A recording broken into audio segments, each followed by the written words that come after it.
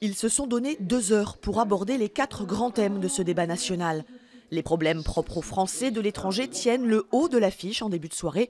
Coût du lycée français, difficulté d'accès aux services publics, harmonisation des retraites au niveau européen. Travailler 50 ans dans 2 pays et de ne pas avoir une retraite complète, disons, c'est un peu aberrant. Donc je crois que ce sont des points personnels mais qui intéressent quand même beaucoup de gens. Donc. Mais rapidement, les propositions rejoignent ce qui se dit dans l'Hexagone. Il y a de quoi être outré de voir comment l'argent est gaspillé. Il n'y a pas d'autre terme.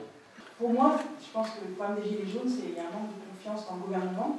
Dans l'Assemblée, composée principalement de cadres, chefs d'entreprise, jeunes actifs et retraités, peu de sympathisants Gilets jaunes, mais des Français désireux de se saisir de cette occasion pour faire entendre leur voix. Je trouvais intéressant le fait de venir dans ce type d'endroit parce qu'il y a des gens d'un petit peu toutes les opinions qui viennent et c'est l'occasion de débattre avec des gens qui ne sont pas forcément d'accord.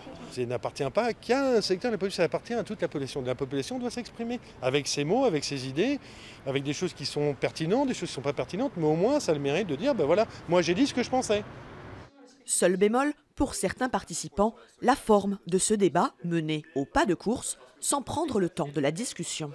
On a proposé beaucoup de choses, on a voté sans prendre le temps de réfléchir et sans parler entre nous. Donc pour moi, c'est plutôt décevant. En tout, quelques 80 propositions ont été enregistrées hier soir. Et face à cette affluence de contributions, la députée de la 5e circonscription des Français de l'étranger a promis de revenir chaque année pour renouveler l'expérience.